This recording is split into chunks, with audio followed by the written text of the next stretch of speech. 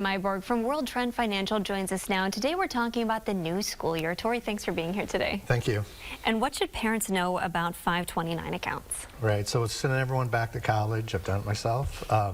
Big expense. Yeah, big expense, and so we've seen a widespread use of 529 accounts. So about this time of year, I get a lot of questions on not only what is covered by 529 plans, but what isn't.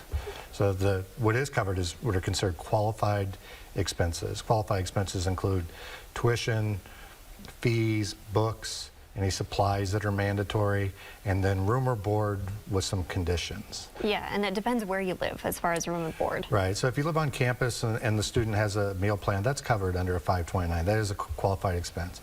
If they live off campus, they can still get reimbursed, but only at a rate that is equal to what they would have paid had they lived on campus. So if it's more than that, then it's considered non-qualified expense, and that would be subject to a different set of rules. All right. And what about paying for college debt? Yeah, so there is, quickly though, before I go there, one thing, what's not covered, because I've got some interesting questions lately. So transportation to and from school is not covered. So if your child is flying away to a school, you have to pay for that expense. Insurance is not covered. Furnishing a dorm or the decor in a dorm, those aren't covered. So those are just a couple that have come up lately. Yeah, just a lot of the basics, yeah. Yeah, that's right. You can, though, use up to $10,000 in a lifetime. A student can use $10,000 to retire student loans. It used to be you had to only use the 529 distribution to pay for expenses.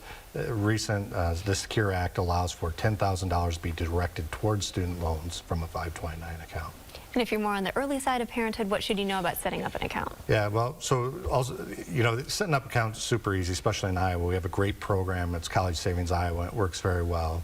But also for younger parents, Iowa does allow for up to $10,000 of distributions to pay for K through 12 expenses from a 529 for private elementary and secondary schools. So that's a relatively new feature, too, that was added a few years ago. Yeah, something to think about because college expenses come up quickly. That's right. All right, Tory, thanks for joining us here today. Thank you. And stay with TV9. We'll be right back.